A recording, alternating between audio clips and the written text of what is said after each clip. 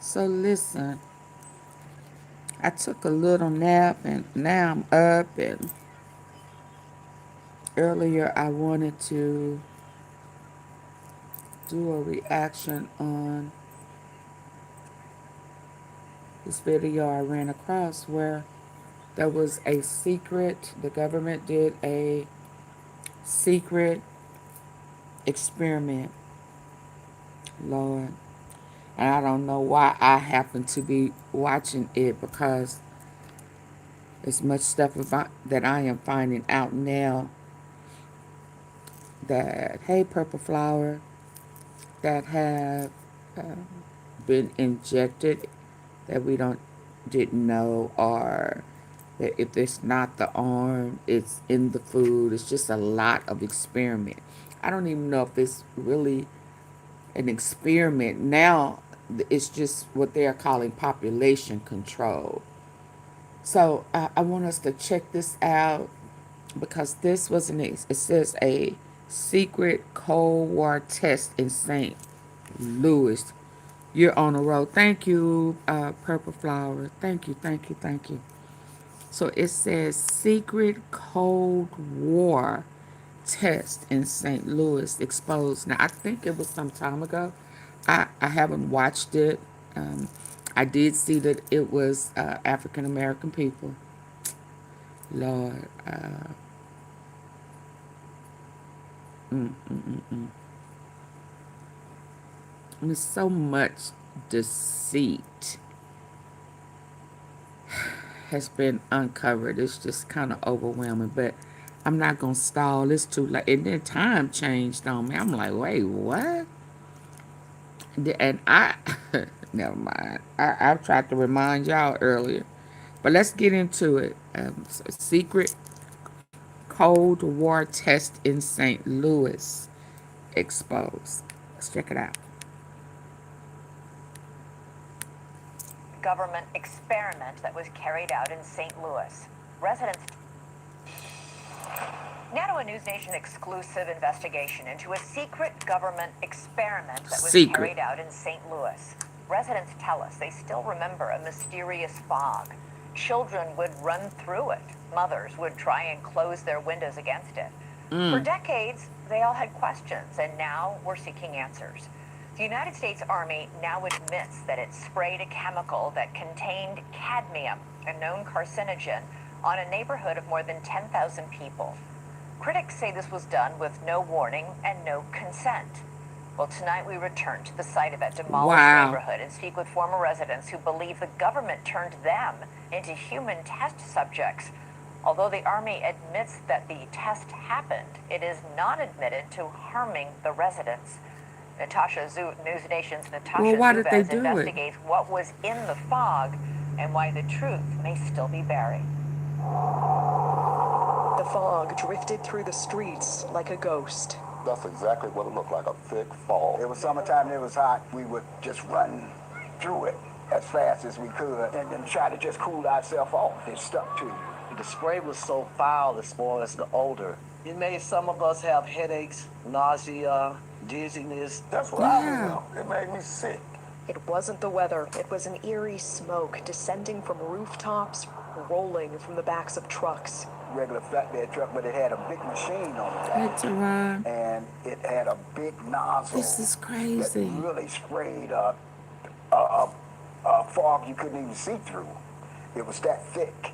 And it really, we felt it as it would adhere to our skin. And as far as the guys on top of the buildings, they tried to portray them to us as maintenance workers. But we was like, what is a maintenance worker doing? And basically a hazmat suit. And they had masks and goggles. Hey, Tom, they had a people whole come to the AI Advantage Summit November 6th, 7th, and 8th. Oh, my God. In the 1950s and 60s, in secret, the U.S. Army sprayed zinc cadmium sulfide into the air of a St. Louis housing project, a largely black neighborhood called Pruitt-Igoe. It was a lose-lose situation for us in Pruitt-Igoe. We were subjects. We were subjects. They didn't ask for our permission. No. We didn't ask for them to spray us. My government used me like I was a guinea pig. We're standing at where Was. Pruitt-Igoe used to be here in St. Louis, and it's hard to believe more than 10,000 people used to live here. As we bring our drone up, you can see it's mostly just an empty lot now, overgrown with trees. This used to be filled with 33 high-rise buildings. It was all demolished in 1976. And according to the National Research Council, St. Louis was chosen for spraying experiments because it had similar characteristics to Soviet targets like Moscow in terms of population density and terrain and proximity to a river. The government now admits to a secretive series of Cold War tests, including one dubbed large area coverage. More than 30 tests conducted across the U.S. and Canada, spraying zinc cadmium sulfide from planes, rooftops, and vehicles to simulate how a biological attack might spread, all to prepare for potential warfare against the Soviets. Many of us been in the military and had top secret clearances. We know how it works. We have died for America. Can y'all believe that? Just decided to spray.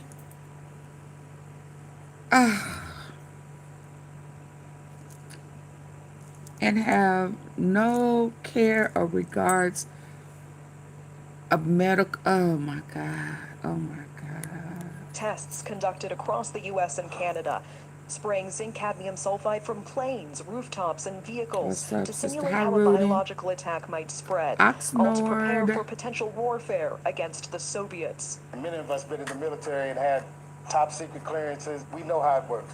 We have died for America. We have fought for America. You are a veteran. I am United States Air Force veteran. Dr. Starks, you're a veteran as well, isn't Yes, it? I am. I'm an Air Force veteran also. Is there a sense of betrayal here? Absolutely. Definitely. They want to know if those secret tests have anything to do with what they're observing with their own eyes. I lost my two older siblings to cancer. I lost a Absolutely. brother last month.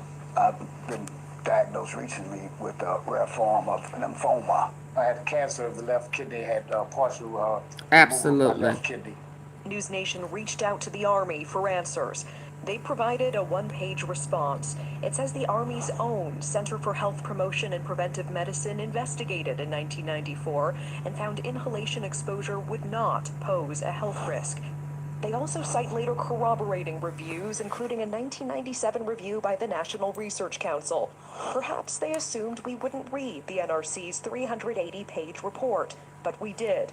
And the Army's statement doesn't show the full picture. In that 1997 review, the National Research Council explicitly says repeated exposure to zinc cadmium sulfide can cause kidney or bone toxicity or lung cancer if levels are high enough. And they admitted they couldn't fully assess the risk. Why? Because some Army records remain classified, it says, for national security reasons. More troubling, key Army exposure records were missing. And when the NRC asked the Army to supply them, the Army said it couldn't find them. Finally, the NRC considered conducting its own study, but concluded it wasn't feasible. In short, it did not test the site, collect samples, or test residents, and they didn't have access to all the data. Their review was based on what the Army gave them, and what the Army either could not find or withheld. The Army ends its statement to News Nation by saying, quote, none of the reports contained evidence of a radioactive component to the zinc cadmium sulfide dispersion tests. Residents say the secrecy and delays are no accident. They're waiting us out. They're waiting on all of us to die. Absolutely. Speedy and smart resistance machine. Oh my So much to God. cover. That's what I'm finding out. Let's go. Well, it's a The testing and the injections, it is population control. smart resistance trained machine. Their way. But that's not even the whole. It just blows my mind that they injected poison, in their case, sprayed poison, and then which they knew that it was a great possibility that it would provide some type of ailment. That's what I'm finding out with this managed care. Managed care is managing keeping you sick to make as much money as possible. But what they're are injecting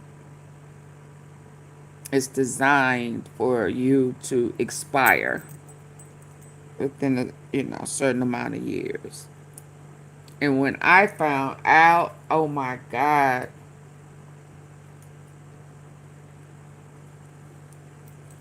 See, once I became, I don't know what made me start figuring it out, that that hereditary stuff. It ain't hereditary by blood. So what is it hereditary by? So then I said, only thing that is hereditary is how we eat. Now, this is not the reason why I started being plant-based.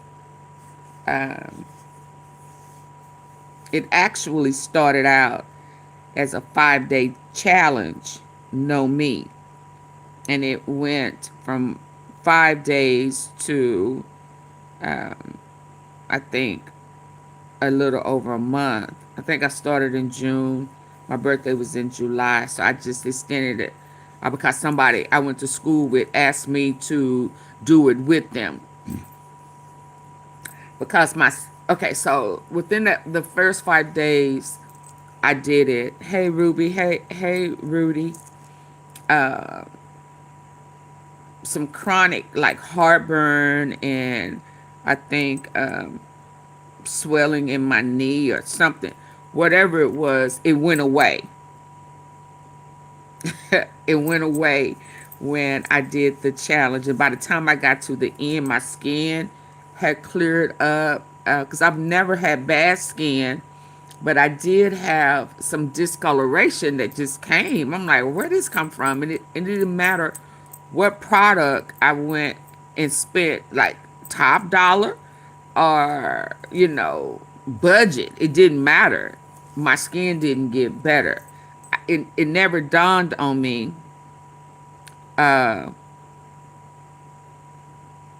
internal. It just didn't dawn on me. So once I did this challenge that wound up being for over a month, my skin cleared up. Heartburn went away.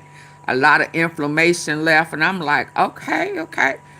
But as soon as I ate, I don't know if it was, I think some turkey, maybe some dressing. It was doing I think that Sunday. Heartburn immediately came back. Bad. And I said, uh-oh. So it's like everything that went away came back. And then is when I said, okay, so it's something to this no meat. And that sparked me to stop eating meat. And if I happen to right now eat anything that may have some meat seasoning or, like if I want some greens and somebody have some I must say little pieces of chicken or turkey in it, I can tell my stomach will flip. It'll flip upside down.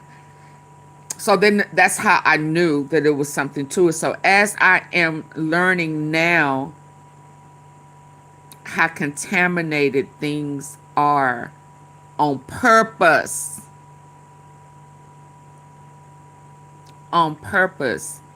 it pisses me off. And so this is when I started saying, no, I'm not buying into the hereditary anymore, because to me, the only thing that made logical sense to me with this being hereditary, if it's not by blood, then it has to be how my mom and my dad cook. It has to be cooking. It had to be cooking, because everybody in the family ate the same. It's like however your mama and daddy cooked, that initiated your taste, right? So if they fried a lot, heavy on seasoning, whatever it was, we would all have the same problem. So then when I became plant-based, in my mind, I'm saying, well, no, it can't be hereditary because I don't eat like them anymore, right? Right? So then it made me more aware.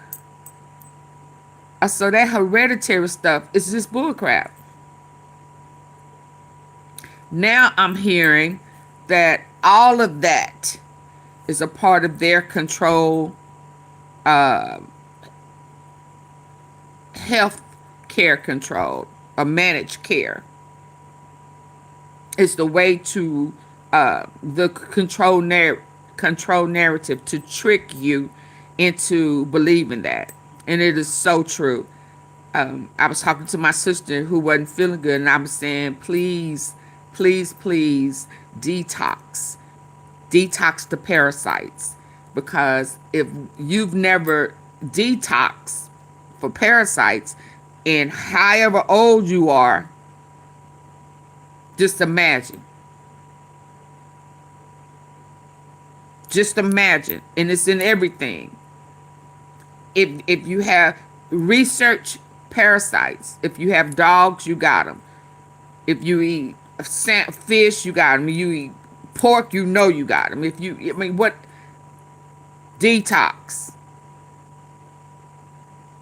And she was like, nah. I said, they're not going to tell you anything to heal you.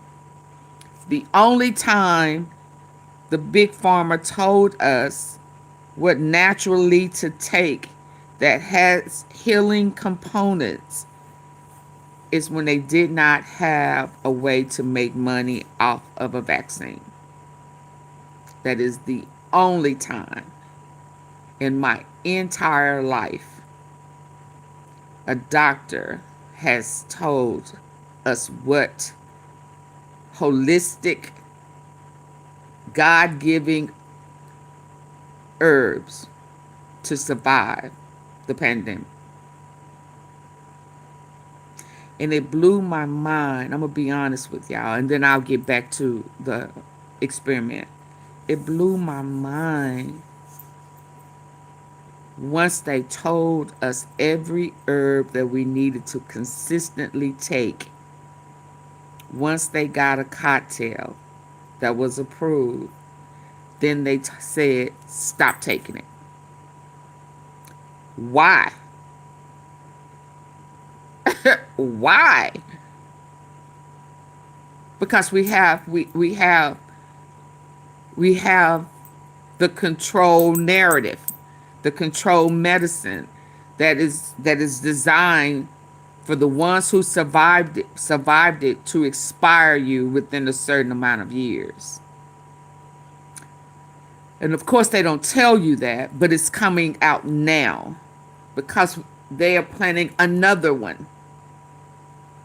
So that's why it's extremely important to me that every tea sipper that come in, I stress, get the natural herbs to keep your immune system strong so that you don't have to take.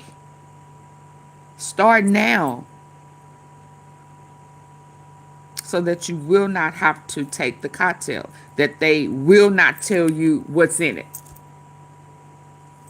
And that's what I said to my doctor. Well, you told me what I needed. You told me exactly what to take to build the immune system to survive this virus. And now you're telling me I can stop taking the natural herbs and get the shot. I don't even get a flu shot. Never in my life have I had a flu shot. And then and I said, so are the things that you told me to take, are they in the cocktail? She looked at me like I was crazy. And she said, well, we really don't know what's in it. And I said, so why would I put that in my body if you can't tell me what's in the cocktail, but you told me when you didn't have the cocktail, what to take. You were able to tell me exactly what to take to save myself. I said, no. Then I knew they were on bull crap. If that makes sense to anybody. So to hear this right here is blowing my mind. It's hurtful. It's very hurtful to me because it's intentional. But let's keep listening. I'll back it up a little just to bring us back where we were. Let's go. Didn't have access to all the data.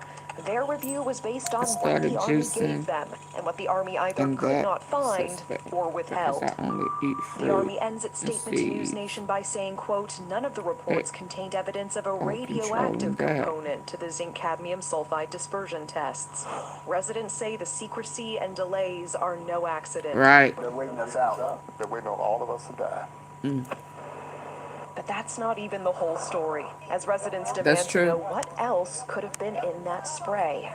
They have not come clean with what was in there. Do you believe that it was just zinc cadmium sulfide in that spray? No. We go to the source, a researcher Can y'all please hit the like button, please? Classifying government documents about these tests. Do you believe the U.S. government sprayed some kind of radioactive material on the residents of St. Louis? I believe that they did. And the government's surprising response to our request it changed your life. I believe that. I mean, what the hell? Plus, renowned activist Aaron Brockovich weighs in. Oh, that's Aaron. Here, a cover-up here. It sure looks that way.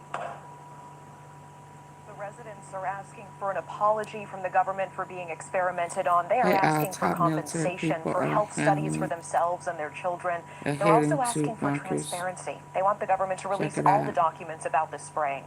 So Elizabeth, tomorrow night on your show, we will go on a journey to try to declassify the one government document that a key researcher tells us she has never been able to expose. And we take the investigation to Aaron Brockovich.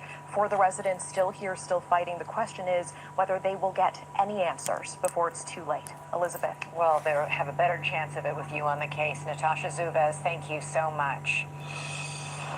In part one of our News Nation investigation last night, we uncovered a mysterious fog that once drifted through a St. Louis neighborhood, one that residents still remember decades later. It made some of us have headaches, nausea, dizziness. They didn't ask for our permission. We didn't ask for them to spray us. My government used me like I was a guinea pig. They're waiting us out. They're waiting on all of us to die. The government admits it sprayed a chemical that contained cadmium, a known carcinogen, critics say without warning and without consent. They sprayed it on a neighborhood of more than 10,000 people, but now years later, residents are getting sick, some with rare forms of cancer. And they're asking what else might be. Oh my God. Years later, residents are getting. How do you explain this? Oh, is that the rubble when that was falling? Okay, they should have did that. I'm thinking that's what they put in the air. Let's go. They're waiting on all of us to die. The government admits it sprayed a chemical that contained cadmium, a known carcinogen, critics say without warning and without consent. They sprayed it on a neighborhood of more than 10,000 people, but now years later, residents are getting sick, some with rare forms of cancer, and they're asking what else might be hidden from them. Specifically, what else could have been in that spray? The News Nation's Natasha Zubez picks up the investigation from here. We're on our way to meet with a researcher right now who has dedicated her career, decades, to declassifying documents and trying to figure out what exactly happened here in the city of St. Louis and what exactly was in that spray.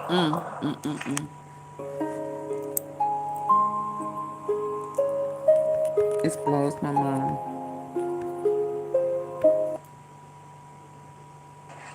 Across the country, the government conducted secret Cold War experiments in plain sight. It was so secretive that we're really just now sort of digging out from underneath this to try to understand the scale of it. And Dr. Lisa Martino Taylor helped uncover many of them.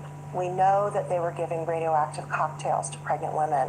We know that they were feeding radioactive oatmeal to children in state schools. They've admitted to those things, and they won't release the material related to St. Louis. What in the hell is radioactive oatmeal to children?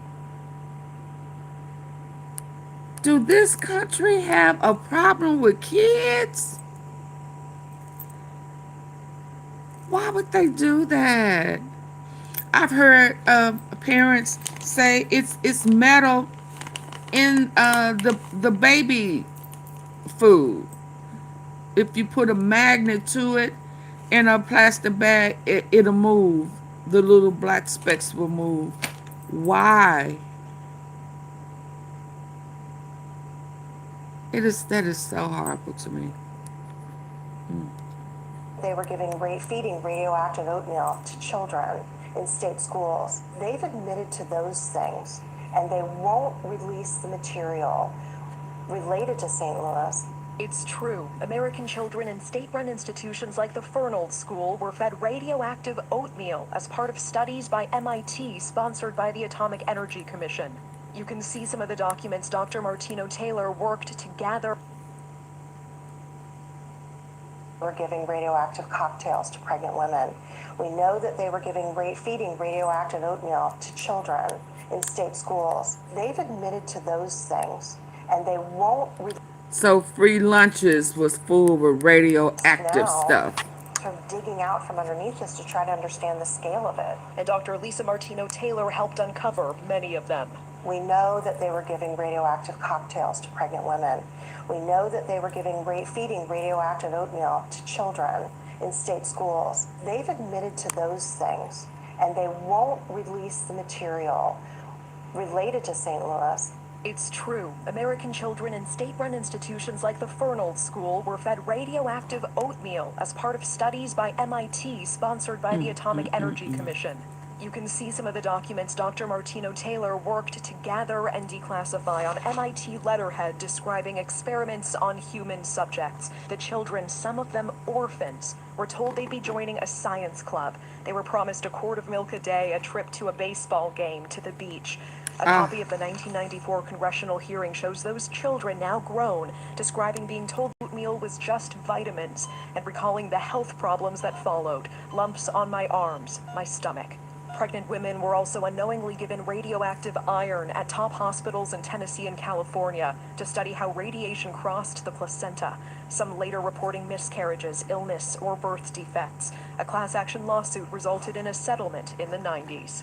Do you believe the U.S. government sprayed some kind of radioactive material on the residents of St. Louis? I believe that they did. There's so much contextual evidence that points that way, and I spent years looking at this. She says her research reveals the men who designed and oversaw the St. Louis experiments were some of the top experts in radioactive weapons. We know that the people who designed the study, who oversaw the study, these were all the radiological weapons experts who were looking at open-air radiological weapons. One of them, Brigadier General William Creasy, was head of the Army Chemical Corps, the very branch leading America's secret radiological weapons program during the Cold War. He brought in a scientist named Philip Layton, who was the Army's leading authority on using radioactive particles in aerosol form, fog-like clouds designed to drift over enemy terrain. So the very man who designed this spraying experiment in St. Louis was an expert in using radioactive fog against the enemy. Yes, he was the expert. The expert. Then she says there's the timing. They were looking for a city to test their offensive weapons program. They wanted to do it. They expressed this in documents. St. Louis was their chosen city. That was their analog city to Moscow. And they wanted to do this in 1953. They showed up in 1953 in St. Louis. But there's one document Dr. Martino Taylor has never been able to unearth. It's still classified. The Joint Quarterly Reports detail the spraying experiments, all written by Layton himself. The last one is missing. It's called Joint Quarterly Report 5, and we tried to get it. Our team filed a Freedom of Information Act request on May 5th of 2025. By law, the government must respond to a FOIA within 20 working days, but it's been more than 3 months with multiple follow-ups. Nothing. The silence is what's called a constructive denial, and renowned activist Erin Brockovich says it reminds her of cases where the truth was hidden. So, Erin, what is your reaction to this News Nation investigation? Did this shock even you? Absolutely. I think my comment was, are we WTF the kidding me? I mean, what the hell? It's awful. I mean, the biggest thing, and I've learned in 30 years, is it's always the cover-up that enrages people, that hurts people. And I've learned that communities can handle the truth. What they don't handle and where they'll tip a scale is the lie. It's the lie. So this has been a cover-up, and I think that modern-day agencies owe it to them, the truth. Do you think there's been a lie here, a cover-up here? It sure looks that way. Our investigation now drawing attention from lawmakers, including Congressman Wesley Bell of Missouri. When American citizens have been impacted and exposed to chemicals specifically because of the federal government, I think that we should do, as Democrats and Republicans, we should all do the right thing, make certain to make these folks whole again, get them the compensation they deserve and the treatment that they need and also deserve. It can happen to you. Don't get duped that it can't happen to you. We didn't think it was going to happen to us. We was babies, kids. It can happen to you, too. Representative Bell is now fighting to get Pruitt-Igoe included in the Radiation Exposure Compensation Act that would provide payouts to Americans who can prove they were exposed to radiation during the Cold War. But for folks whole again, get them the compensation they deserve and the treatment that they need and also deserve. It can happen to you. Don't get duped that it can't happen to you. We didn't think it was going to happen to us. We was babies, kids. It can happen to you, too. Representative Bell is now fighting to get Pruitt-Igoe included in the Radiation Exposure Compensation Act that would provide payouts to Americans who can prove they were exposed to radiation during the Cold War. So that's why they do a lot of experiment. They never do it in the upper middle class or above. It's always, the hood, where they don't expect for you to, one, figure it out, or two, have money enough money to sue. So that the objective is they will expire and will not know what hit them.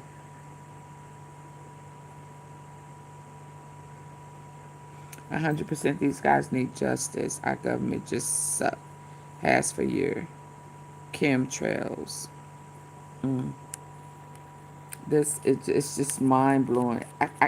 And it bothers me that it's intentional. Again, get them the compensation they deserve and the treatment that they need and also deserve. It can happen to you. Don't get duped that it can't happen to you. We didn't think it was going to happen to us. We was babies, kids. It can happen to you, too. Representative Bell is now fighting to get Pruitt-Igoe included in the Radiation Exposure Compensation Act that would provide payouts to Americans who can prove they were exposed to radiation during the Cold War. But for Pruitt-Igoe residents, there's a catch. Because key records remain classified, they haven't been able to prove what they were exposed to. What do you want everyone to know about what happened here? Microplastics. All that. Absolutely, John. I don't think we're getting it now. In the meantime, residents say all they can do is And I remember, I don't know when it started, but growing up, you used to have that vaccine that left that little round thing on your arm, wound. Everybody had it up until a certain year. I don't have it, but all of my siblings do. And now they were saying that it they injected autism. And the kids with those shots. It is so crazy. It is irritating to know that it's intentional.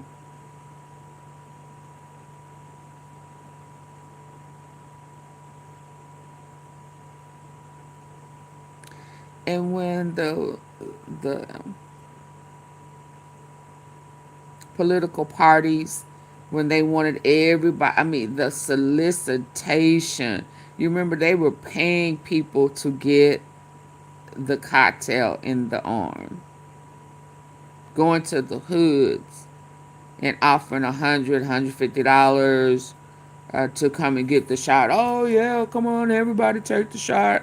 I'm getting, no, you did not get the shot. You got saline solution. Yours did not have the cocktail in it unless you wanted it. But it's just the deceit for me. Wow. Petroleum-based clothing. What is that? What is? Hoping someone finally listens. When will you give up this fight? Never.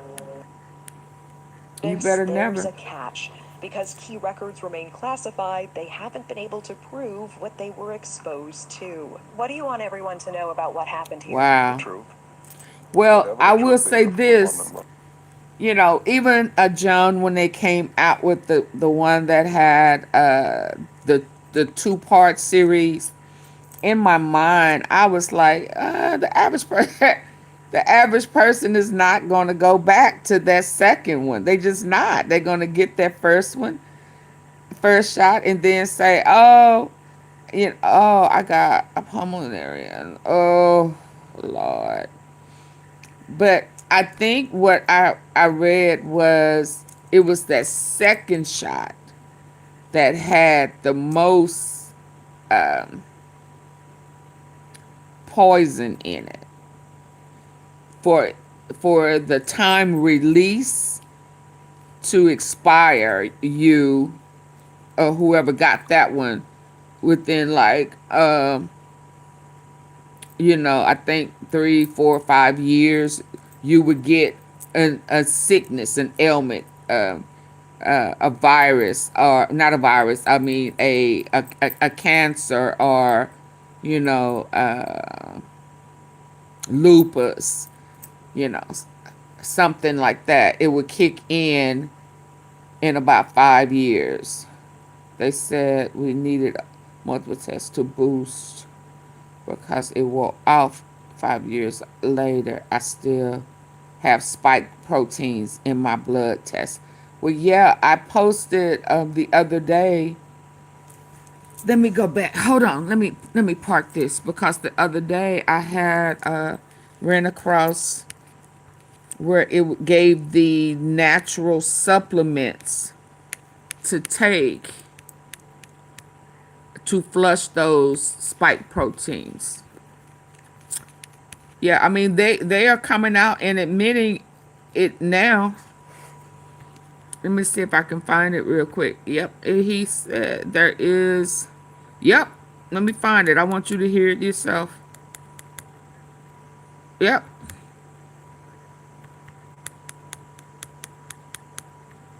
Yep. If I wasn't so excited about it right now, I probably could tell you what it is, but no, I'm gonna want you to hear it. And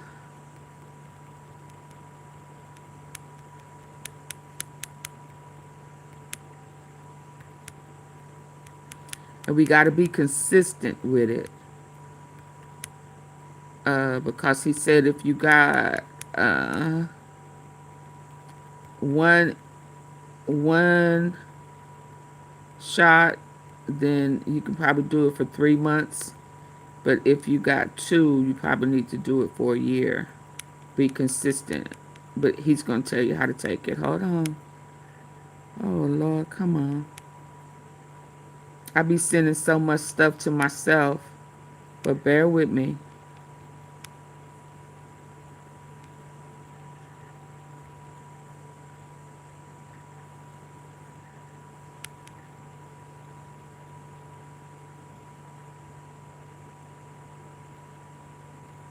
Oh, Lord.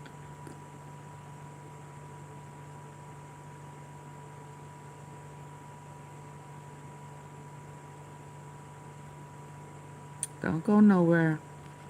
I want y'all to hear this. I just have so much stuff over here.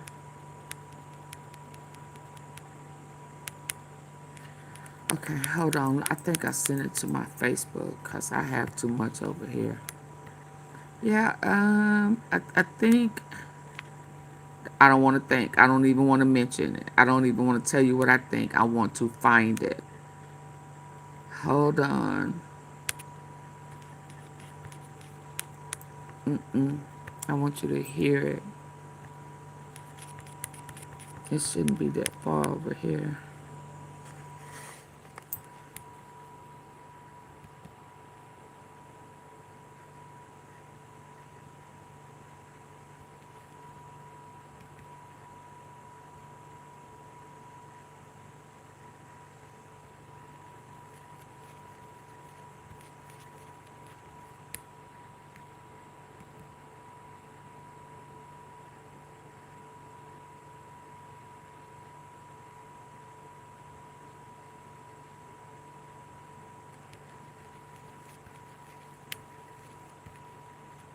Said Dr. Fauci and Bill Gates injected the world with HIV and cancer.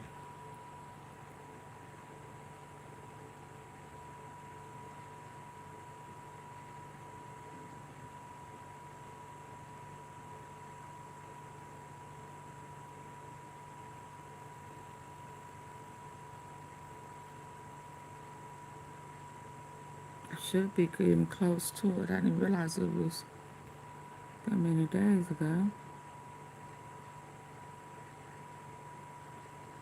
Please bear with me. I'm trying. I want you to hear it. Oh my goodness. Was that it? No, it's a guy.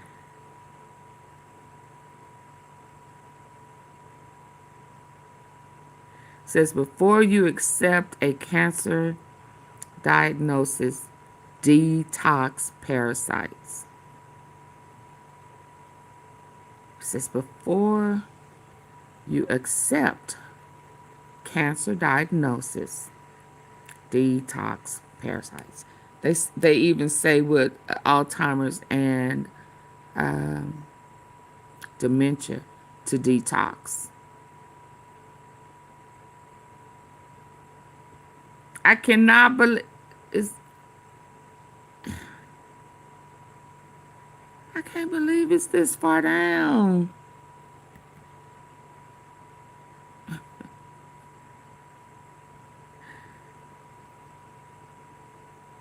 Okay.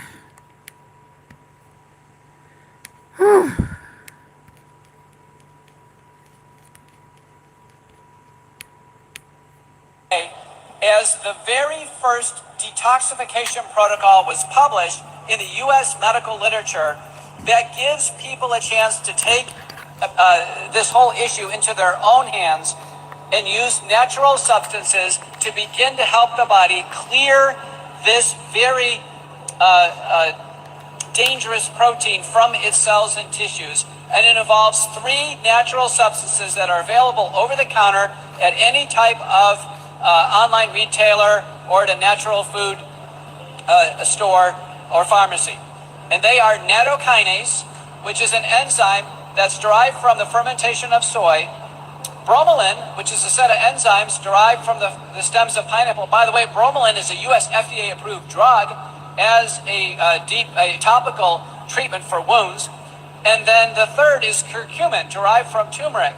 The doses of nattokinase are 2,000 units twice a day, bromelain 500 milligrams a day, and curcumin 500 milligrams 3 times a day. The duration in this publication, and I'm the first author, so I'm the one to bring this forward, is at least 3 months.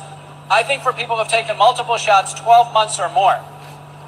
So yesterday was a historic day as the very first detoxification protocol was published in the U.S. medical literature that gives people a chance to take You're welcome. Did you snap a picture of it? Hands and use natural substances to begin to help the body clear this very dangerous protein from its cells and tissues. And it involves 3 natural substances that are available over the counter at any type of online retailer or at a natural food store or pharmacy. Okay. And they are nattokinase, which is an enzyme that's derived from the fermentation of soy. Bromelain, which is a set of enzymes derived from the stems of pineapple. By the way, bromelain is a U.S. Yeah, I think the only one, the bromelain, is the only one that I hadn't taken, and I ordered some yesterday or the day before. So yeah, and you know, you see, he knows it's dangerous. Ah man, okay, let's get back to where we were. That blows my mind. I'm not gonna even act like it don't, man. So be consistent with it. Please flush that mess out. And the easiest way, the simplest way with those parasites is make you some clove water. Drink it at night before you go to bed. Because money is going to be... To know about what happened here. Maybe funny. Whatever the truth is, we want to know the truth. I don't think we get that now.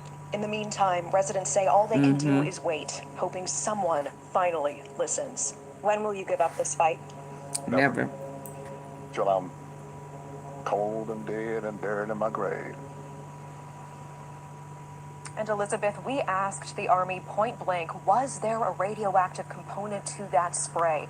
It's interesting that they didn't just say no. Rather, they said, quote, none of the reports contained evidence of a radioactive component. None of the Pointing us reports. to reports like a review by the National Research Council. But Elizabeth, a close read of that report shows even the NRC admitted they could not fully assess the risk of the spraying. Because when they asked the Army for key records, the Army replied the documents were either classified or they were I do missing. that. The Army could not find them. And Elizabeth, I have to tell you, these residents feel that, and these, I was going to show y'all the pumpkin seeds that I take. Let me take this off.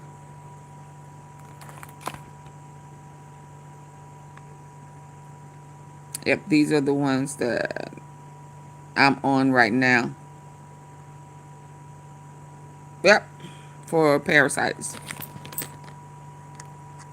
And after about 2 weeks, I actually saw them. I was like, oh my God. But I will say I felt better and had more energy, so I'll probably do it every month. The documents were either for 10 days or they were missing. The Army could not find them. And Elizabeth, I have to tell you, these residents feel the government is waiting them out. The people you just heard from last night and tonight are the ones who are still here, who are well enough to speak. One woman we were supposed to meet with died before we could get to her. She was suffering from multiple cancers. Her daughter asked us to keep going, and we will keep pushing for information, including those classified documents, Elizabeth. All right, Natasha Zuba, stay on the case. Thank you so much for that investigation. Thank you for watching. That is Subscribe horrible. below and download our News Nation Patient in Cincinnati, treated as humans. Let me see this one. Wow, this is just crazy. Not sure if you saw the news, but Fox News is claiming President Trump is declining in the polls. President Trump responded and says Fox... Tonight, we're continuing to uncover an era of human experiments with author of the Plutonium Files, Eileen Wellsome. She's the Pulitzer Prize-winning journalist who stumbled upon a footnote that cracked open a dark secret.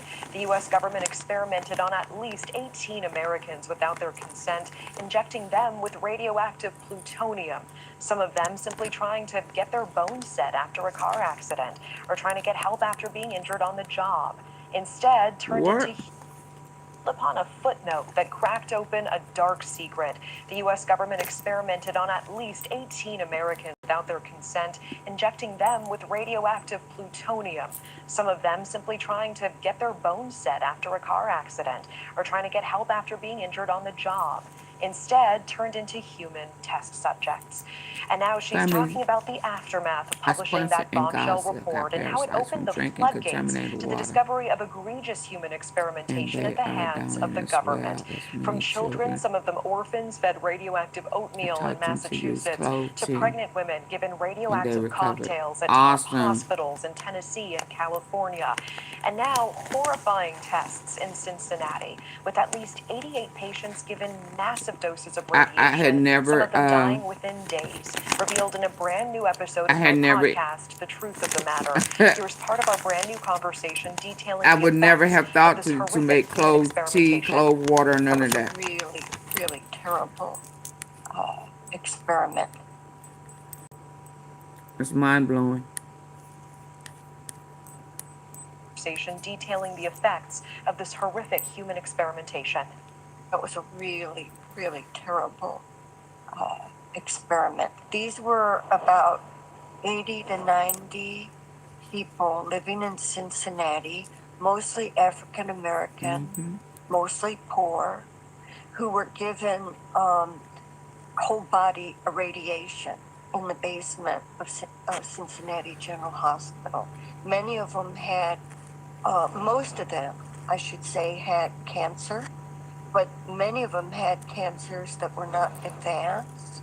In other words, they were working, they were walking, they were, baking cakes, living their lives, and they were given this radiation, and they died within 2 or 3 weeks from radiation exposure.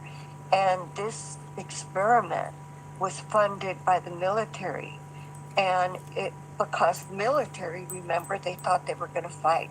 The next war was going to be on a battlefield.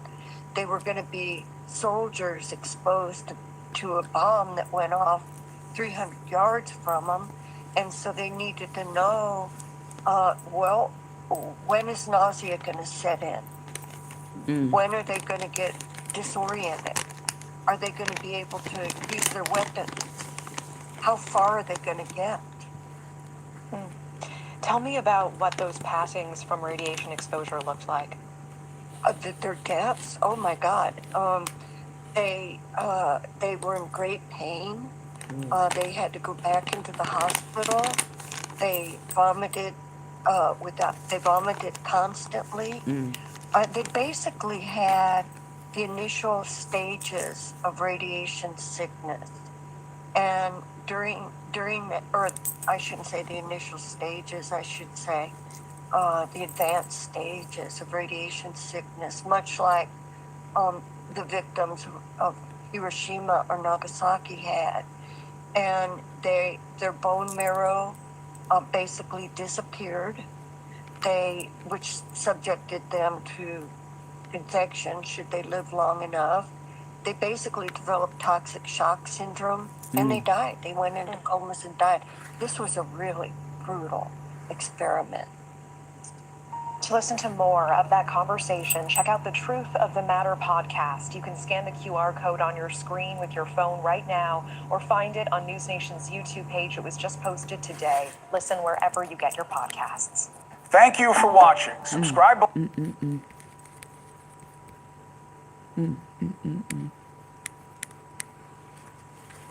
Wow.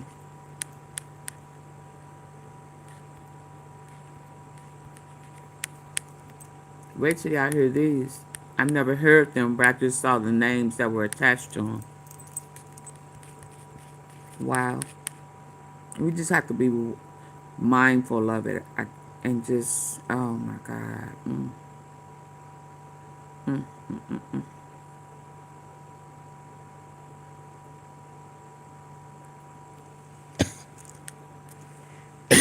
Excuse me. Let's hear this one. You didn't hit the road just to sit still. You move. Women, People here want answers.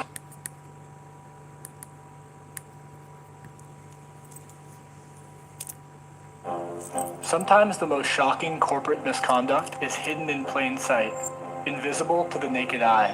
What is happening here will swallow our world if we don't stop it right here, right now. Looking back, there was an early clue that the world's richest man was up to something here. It's just like, why is Elon Musk coming to Memphis? The people of Memphis soon found out. And baby, I know it's some in their water. To build the world's largest supercomputer. A year later, We here because we need people here want answers. but they have the pump to protect our lungs. And not one trucker went to XAI to see that they had 35 gas turbines operating and polluting our air. We went to Memphis and found an environmental crime scene. Musk's wow. data center burning enough methane to power a small city with no permits and no pollution controls. I have not seen anything like this. We believe they've already violated the Clean Air Act. As Musk helps dismantle the very federal agency that's supposed to protect us against pollution like this. There is no way to miss how this is a coordinated strategy. What does Memphis reveal about the future Elon Musk wants for us all? So the mission of XAI and Grok is to understand the universe. In 2023, Musk founded XAI to produce and sell artificial intelligence. We want to understand the nature of the universe so we can figure out where are the aliens, what's the meaning of life, how does the universe end. Its main product is Grok, an AI chatbot that he's incorporated into Twitter, or X. Musk was entering the race to dominate the AI market, but he was arriving late, years after competitors like OpenAI and Google had begun training their AI systems. So in Musk's mind, he had to move fast. We went to the data center providers and said how long would it take to have 100,000 GPUs operating coherently in a single location. And can y'all please double tap the face of y'all screen and hit the like button for me? 18 to 24 months, that means losing is a certainty. So the only option was to do it ourselves. Been waiting for this moment. I am pleased to announce that XAI's Gigafactory of Compute, the world's largest supercomputer, is to be located in Memphis, Tennessee. Musk dubbed the project Colossus, after a movie about a supercomputer that becomes sentient and assumes total control of the world. And so, my fellow human beings, we all directly and indirectly live in the shade, but not the shadow of Colossus.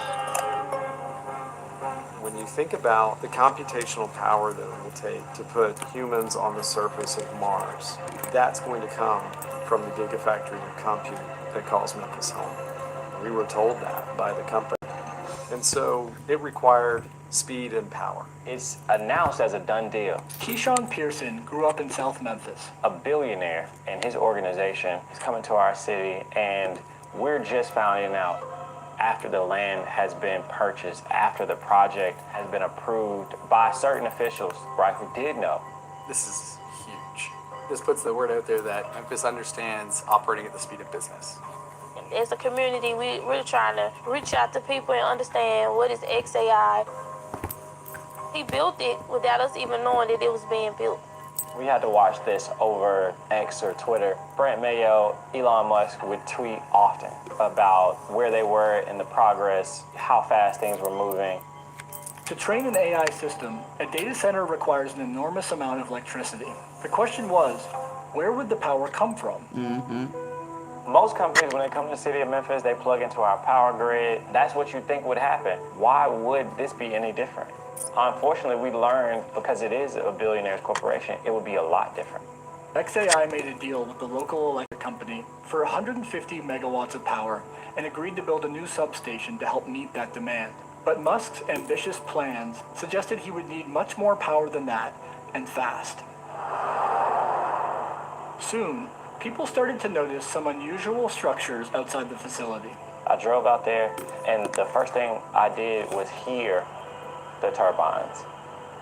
You can smell it as well. Such a disturbingly unique smell. From the road, Keyshawn and others could see a row of machines that are typically only used for remote or emergency operations. Mobile gas turbines. I have never seen portable turbines used like this. Patrick Anderson works on air quality cases for the Southern Environmental Law Center. We know that these kinds of generators require air permits. And so right off the bat, we started filing records requests with the local Shelby County Health Department. Do you have an air permit application from XAI?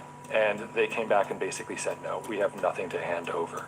We also filed records requests with EPA to see what they had. They also did not have details on what is on the ground out there. Nobody from the regulatory side, the health department, the city, EPA, has told the public or us really one iota of what's actually operating out there. To figure that out, Patrick and his team hired a photographer to capture the data center from above. The images revealed far more turbines than anyone knew about. 35. I couldn't believe it. I was absolutely stunned. How do we not know about this? According to XAI leadership, the turbines are not being used and are not connected. Under pressure, XAI claimed it was using less than half of those turbines. I've talked to the XAI leadership team. There are 35, but there are only 15 that are owned. The other ones are stored on the site. Well, first off, these are expensive. There's a turbine shortage nationally. You don't obtain these turbines and put them on site if you're not intending to operate them. Absolutely. So Patrick and his team sent the photographer back out with a high-end thermal camera. They use them at night. What we saw, 33 of the 35 were very clearly operating. Mm-hmm. The turbines were capable of generating about 420 megawatts of electricity, enough to power around 300,000 homes. They've built a power plant out there. And they've done it overnight, no air pollution controls, quick and dirty, no permit. I mean, what you've done with the cluster in Memphis is incredible. Just in a handful of weeks. Any given thing can be sped up.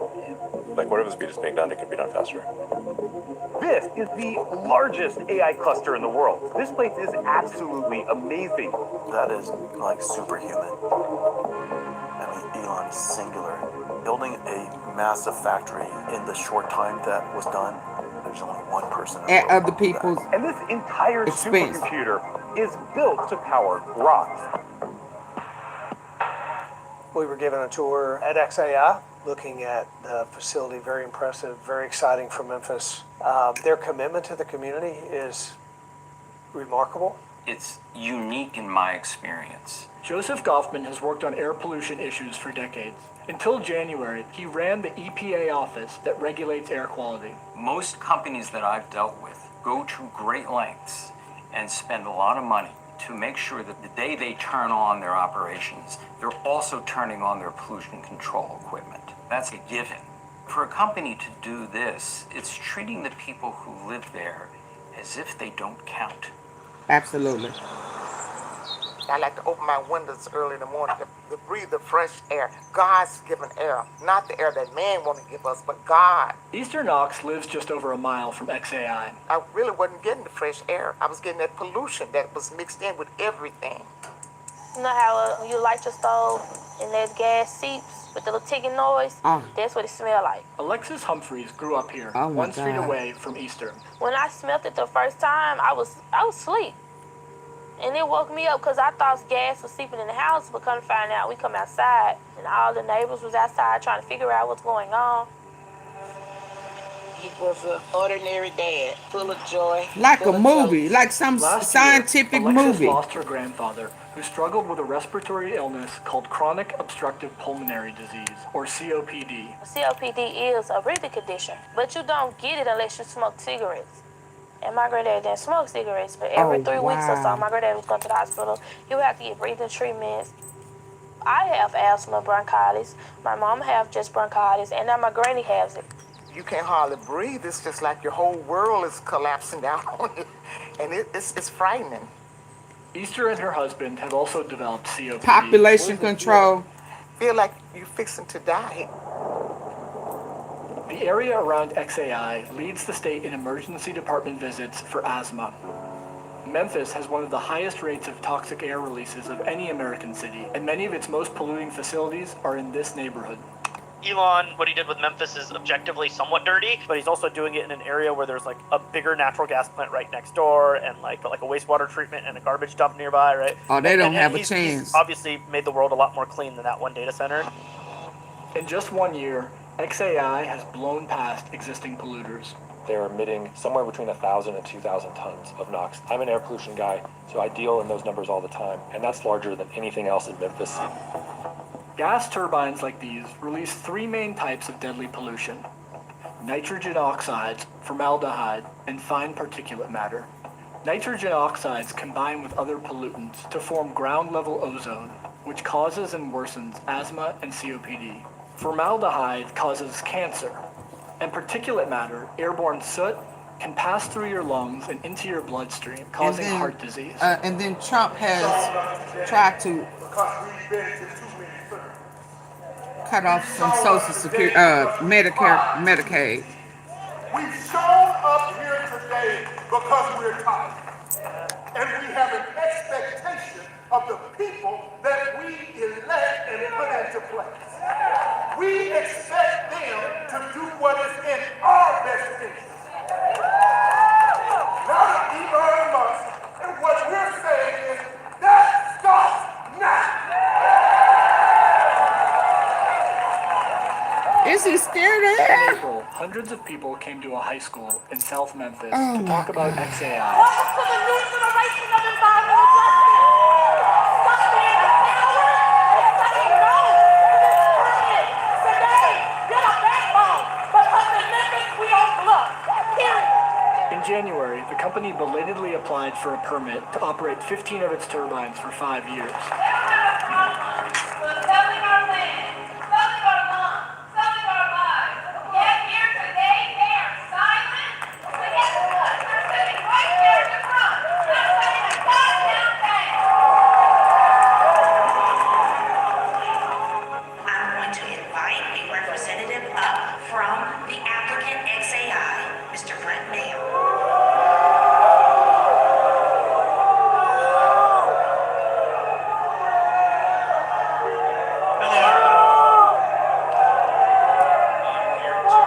First time that XAI has publicly addressed the community in any way. I understand. I hear the statement, but again, XAI is committed to meeting the highest standard of emissions.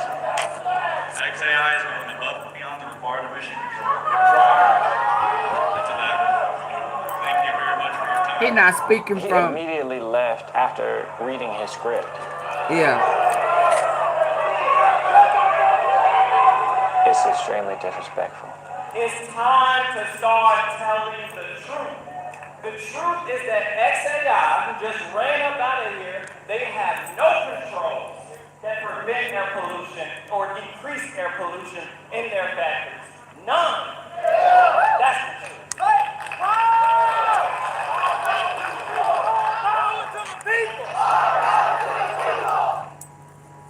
To date, local and state authorities have taken no action against XAI.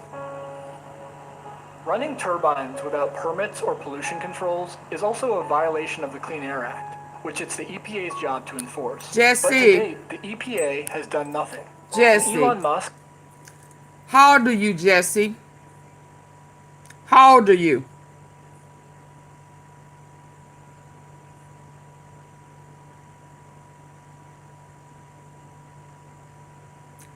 Speak up.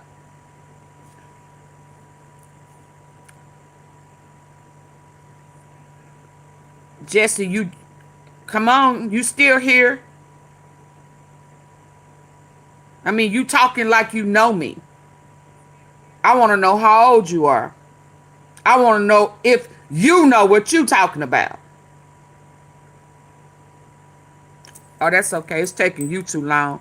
Yeah, you talk that talk. Now you can't say nothing, Jesse Hope. You know, go play with yourself. Go stick your finger in your butt or your mouth and go play with yourself. Get your ass up out of here. Tell me what I don't know, what I'm talking about. AI is poisoning communities. We need to regulate it. Oh, yeah, I just think this is so... 3 tablespoons of crushed clove, steeping in tea 3 times a day for 5 days cures them. Thank you. I mean, yeah, I got it. I make some just about every day, and I eat the pumpkin seeds. I mean, this is awful, man. And I know I be always teasing saying there's some in the water in Memphis. Oh, well, no, boo, it's in the air. Is he still there? I wouldn't trust him. He knew he was supposed to have permits and stuff. Just so deceitful, just like his friend, like I said. That prevent air pollution or decrease air pollution in their factories. None. That's the truth.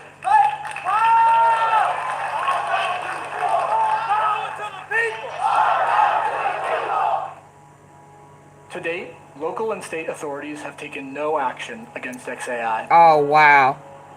Running turbines without permits or pollution controls is also a violation of the Clean Air Act, which it's the EPA's job to enforce. So they're breaking the law. The EPA has done nothing, and Elon Musk is doing what he can to keep it that way. Musk has helped the Trump administration place strict limits on the EPA's budget as part of President Trump's broader project to radically reshape the agency. Trump's EPA has begun what it calls the biggest deregulatory action in U.S. history. To fulfill President Trump's promise to unleash American energy it's and give power intentional, back y'all. to the states. It eliminated the EPA's office that assists heavily polluted communities like South Memphis and canceled billions of dollars of funding for addressing pollution. So you've slashed already $22 billion in grants, but you used Doge, if I'm not mistaken, to take down your head count? It's been great. The people working on the Doge mission are EPA employees. What they provide to me are recommendations. I have found that working with Elon and Doge has been fantastic, a big help to our efforts. In March, the EPA announced plans to roll back over 30 air and water quality standards, including they all in it protections together. against fine particulate matter. The new head of the agency describes promoting the AI industry as a core part of the EPA's mission. It's about unleashing energy dominance, making America the AI capital of the world. And the EPA can't be restrictive of that. We can't be suffocating it. Making America the world's AI capital means prioritizing a massive expansion of data centers, and hundreds of them are now under construction. Thank you, Mr. President. Thank you. With Trump's EPA backing that effort, there may be little recourse for the communities downwind. XAI comes from a culture of Silicon Valley.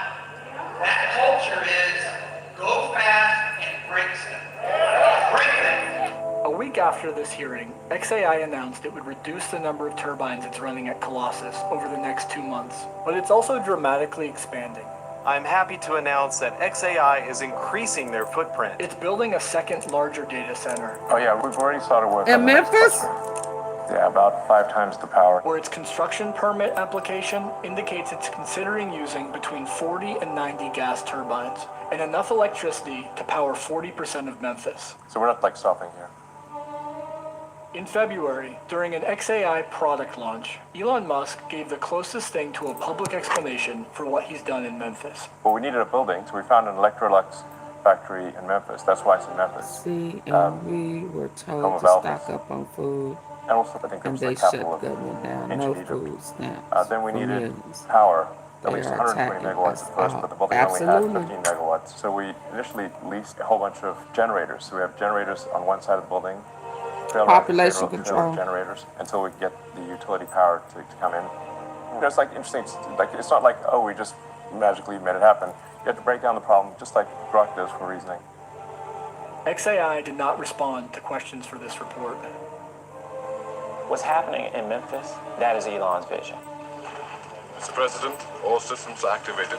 Congratulations, Dr. Corbin. It's a marvelous achievement. Thank you. A technocracy, to be able to do whatever he wants, whatever he chooses, to experiment, to kill, to destroy the environment at the behest of his machines. What that will amount to is a plantation economy for the rest of the world. A desolate wasteland of data centers is to follow. Wow. And didn't bring any jobs for people. Why is because they are his partner, and now they done brought the whole oh my God. I got one more before I fall off. One more. This is crazy. This is crazy.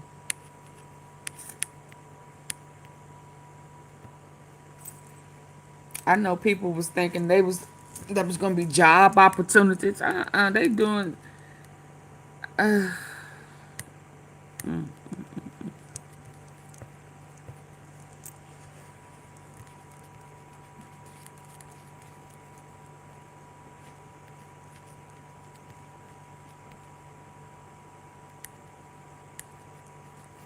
Why is this not moving? Mm, mm, mm, mm.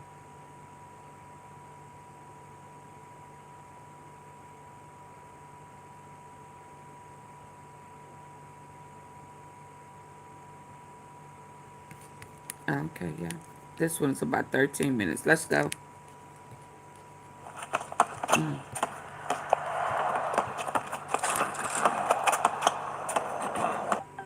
By Meta's new 2 million square foot data center facility.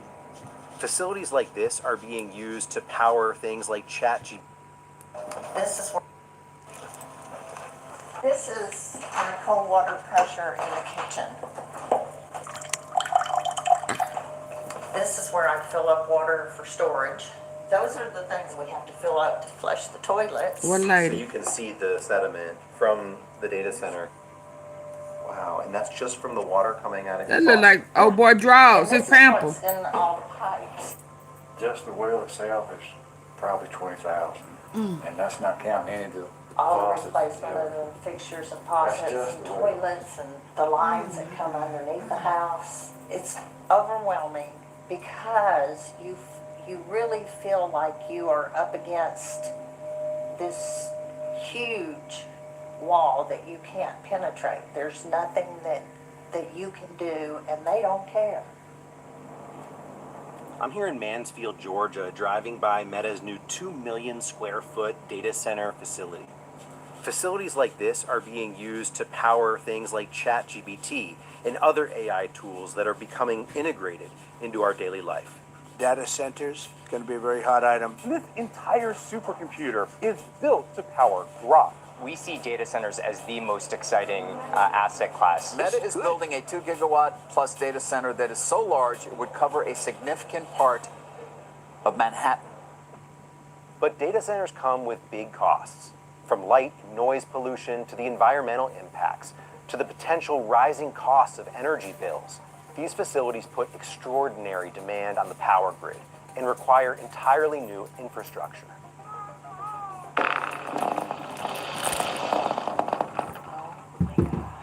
They should be responsible for that, not us. Search the internet for profits that Meta has made, Amazon, Microsoft. They can afford to pay for their own generation. We came Plus data center that is so large it would cover a significant part of Manhattan. But data centers come with big costs, from light and noise pollution to the environmental impacts, to the potential rising costs of energy bills. Is that These your facilities put AI picture? extraordinary demand on the power grid and require entirely But it new don't, I don't know why it made her that color. They should be responsible for that, not us. Search the internet for profits that Meta has made, Amazon, Microsoft. They can afford to pay for their own generation. We came to Georgia to ask two questions. What's the true cost of the AI revolution, and who should be paying for it? Your house is here, and the data center is right there. It's less than 400 yards. Beverly and Jeff Morris bought their home an hour's drive from downtown Atlanta in 2016, but their roots in the community run much deeper. Being in the country has always just been my peace and my therapy. It made this one look when white we found too. this place, we decided that this was it. It was perfect. I was actually raised probably 5 miles from here. Felt like coming home. The data center that's now the Morris' next door neighbor happens to be owned by Meta, the company you know for Facebook and Instagram, but has also been breaking into artificial intelligence. They started construction on this data center campus in 2018. Definitely changed everything. They destroyed the environment, taking down all the trees across the road. Beautiful pine. That AI is to replace you, so they gon' You don't have to have take a you out. light in the house. You can walk around the house at night and see everything except bright. This is a video of the dust from Facebook where the construction was. What it looks like right now out my front door. The wind blowing in Wow. All this stuff from across the construction, across the road. This is all from Meta. Yeah, I was standing on my front porch. I think eventually that affected our well water. We're on a well here, and we started having issues with our well in 2018. I have to replace the hot water heater. I've replaced 2 washing machines and a dishwasher because of the sediment that's coming in. A lot of what the Morrises are facing is from the polluting effects of this massive construction. But that's only one part of the story. There are serious costs to communities once data centers are operational too. To explain that, we have to back up for a second. I wouldn't blame you if you were asking yourself, what the heck is a data center anyway? Their origins date back to early, clunky supercomputers or mainframes in the 1950s and 60s. And then in the 90s, with the birth of the internet, the modern data center was born as a way for internet providers to connect businesses and the world to the web. In the 2010s, data centers became larger as they became critical to new cloud storage. To the cloud. With the cloud, we share a sync folder that allows us to all work on the same documents. Everything from your pet photos to entire workplaces to files for video streaming, like this video you're watching right now. We're in the cloud. Today, we are in the midst of a tectonic shift in processing needs, as large as the birth of the internet. Artificial intelligence. A transformational moment for data center demand. But the thing is, AI processing demands are much larger. One report showed that a Google search using a ChatGPT-like AI feature used 30 times as much power as a normal Google search. In the next 3 years, data center use of electricity is expected to double or even triple. And the state of Georgia has the fastest data center growth in the entire country. The 2 biggest reasons data centers come to Georgia are that electricity rates for industrials, which is the class that they're in, are 42% below the national average. And the second biggest one are data center tax breaks. They received over $180 million in tax breaks last year. The week we were in Georgia, a showdown was happening at the state capitol over 2 bills tied to data centers. Senator Hofstadter had proposed 2 different bills, and one of them was SB 34, which was the data centers bill, to move the burden of the operational costs of data centers from ratepayers to the data centers themselves. And what is SB 94? That is the Consumer Utility Council, a legal advocate for ratepayers and small businesses. Bills like these are the result of mounting residential anger and the work of dedicated advocates across the state, like Diana Dietz, who lives 50 miles away from the Capitol in Fayette County. This is a huge industrial project plopped in a residential area. This was the original plan, 122 acres. And then the Development Authority got involved. In 2022, officials in Fayette County voted to annex and rezone an additional 412 acres for a data center campus. Fayetteville City Council voted 5-0 in favor of the development, despite passionate opposition from some local residents. The site was then purchased by QTS, which is owned by Blackstone, for $153.8 million. These speculators, investors, are secretly buying up land right next to homeowners. And it was all done so that when we all went to the 4 public hearings between the county and the city, it was a done deal. This is the one that's currently under construction, and this is where Gene and Joe are. Gene and Joe Marshall live on the edge of Fayetteville in Fayette County on an 8-acre property. This driveway is almost the line for Fayette County versus Fayetteville, where QTS's property is located. We have absolutely no say in anything that happens over here. Despite their vocal opposition to the project, living next to construction on all sides of their home has become their daily reality for the last 2 years. They do nightly tours over here, and in the back part at the other building, the lights are shining and there is noise. 2, 3 o'clock in the morning, 4 o'clock in the morning. So they don't stop. Oh yeah, sure. We went to visit Nikki Vanderslice, who heads up the Fayette County Economic Development Authority, a non-governmental agency that played a central role in the marketing of the land for data center development. For residents who live alongside these data centers, life has become very difficult. What do you say to them? Well, I say to them that there's a couple of things. One, we were very transparent. The Development Authority was very open about attracting a data center, and there wasn't any resistance until it came to their property specifically. Vanderslice says data centers are good for the community, even if some don't see the benefits yet. In 2021, that property paid $36,000 in property taxes. But how's it total. good for them? In 2024, on raw land, it paid $1.13 million in property taxes. That contributed $760,000 to our local Board of Education. I'm apologetic that they're being impacted, but I also see the benefits of what the companies are doing and how they're improving our economy. And so there's the balance that when you have 200 out of 120,000 people, that you have to balance what's the highest and best use for the whole of the community. It's just the height of selfishness to imagine that one county's benefit to the huge detriment of 158 other counties in Georgia that now have to pay higher electric bills is okay. It's not okay. It drives inequity. It's very immoral too. That's Patty Durand, and as you can tell, she does not agree with Nikki Vanderslice. Patty is a longtime consumer advocate and expert on energy policy who's been raising the alarm about rising costs of electricity related to data centers. Are data centers going to drive up energy costs for residents across the state? On May 1st, Georgia Power residential ratepayers experienced a 24% rate increase. Just since 2023, Georgia Power has raised rates 6 times. And related to those rate hikes, remember those 2 bills we mentioned earlier? We were with Patty as she was watching a live feed of the Senate floor. Today is crossover day, which means any bill that does not get through one side of the House or the Senate to the other side is dead for the year. And right now, Senate Bill 34 is not on that list. By later that evening, both bills had failed to get a vote.